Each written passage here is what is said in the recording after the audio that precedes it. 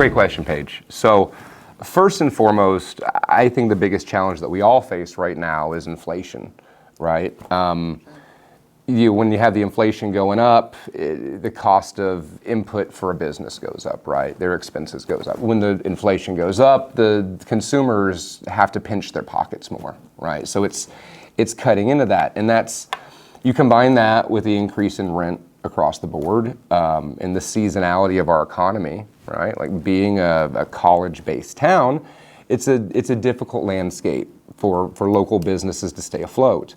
I'd love to find a way to help to get the rent prices in check, because that, I think, would give a lot more businesses a fighting chance. But what I'm seeing here and what we'll see in this town is there's a lot of businesses that'll come in and they'll go for a year or two and that's it, and they have to shut down. So what can the city do to help out, right?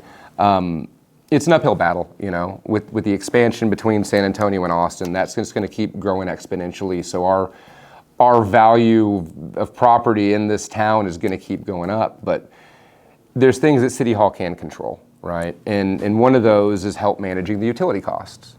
So if we can do things like that when we're making the budget, can we find a way to not always put that pricing back on the people itself? If we could do that, maybe a few less businesses will get choked out. But no, really, it's something that the City Council has to seriously take into consideration and try to find a way of limiting what the overhead is and the addition to that to keep these businesses in place.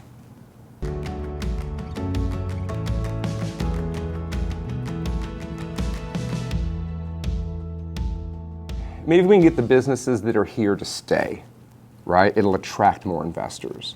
I think there might be a lot of big investment for businesses that is afraid of coming to San Marcos because they see the seasonality, because they go downtown and they see that there are storefronts closed. And then you go there 6 months later and it's a different storefront, right? So if we could keep the businesses here, so that goes back to the first thing. Let's find a way to protect and encourage the businesses that exist to stay in business. But there's a lot of things I'd like to see. I mean, I'd like to see more grocery stores in this town. I think that is the biggest thing. We have 2 H-E-Bs and they are subpar compared to our neighbors in Kyle and San Marcos, right? What about Whole Foods? San Marcos is a college town. Whole Foods would clean up in a college town, you would think, but we don't really see anything towards them coming. I would be happy with just local markets in grocery stores, more local markets where it's local food, local produce, local business owners, because we have a need for that. They can't just sell us food based on, it's a college town, so all they want is Oreos and ramen. There's a lot of families here.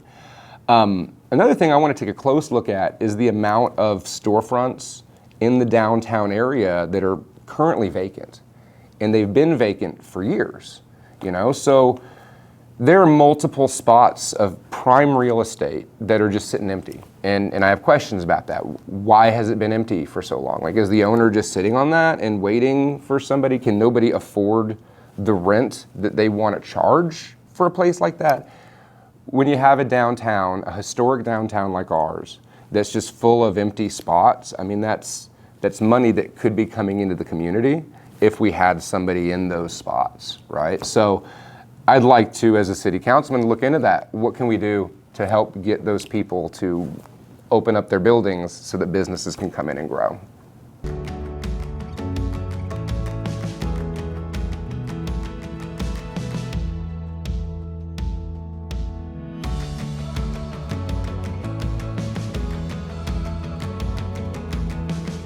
Well, that's the trickiest part of it all, right? With building, especially housing. I've been here for 5 years. I've seen a lot of the development that goes downtown is towards student housing, which is all well and good. We have students coming in, but a lot of that is the rent by the room model, right? In the rent by the room model, where they're going to charge $600 per room, that takes a 3-bedroom apartment up to $1,800. And that means that the $1,000, $1,200 apartments in the area are going to go up in price because of that. So that's something that I feel needs to come to a halt. It's a fine line, it's a struggle between development and affordability, right? And that's what we're in the crunch of right now, especially in our town.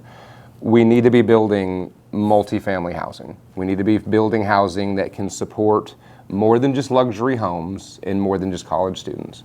There's a lot of area that's been annexed in part of this town now, and there needs to be growth on the other side of 35, right? Not just in the downtown centers. And if we can get more of those buildings to be affordable multifamily housing, what's going to pop up around that? A whole community of businesses, grocery stores for the other side of town, right? We don't have any grocery stores aside from the two in HEB that are a mile from each other. So I think as a city, we need to build more affordable housing. We need to focus less on the luxury, and we need to build up the economies around where we're building outside of just the city center. We need to nurture that.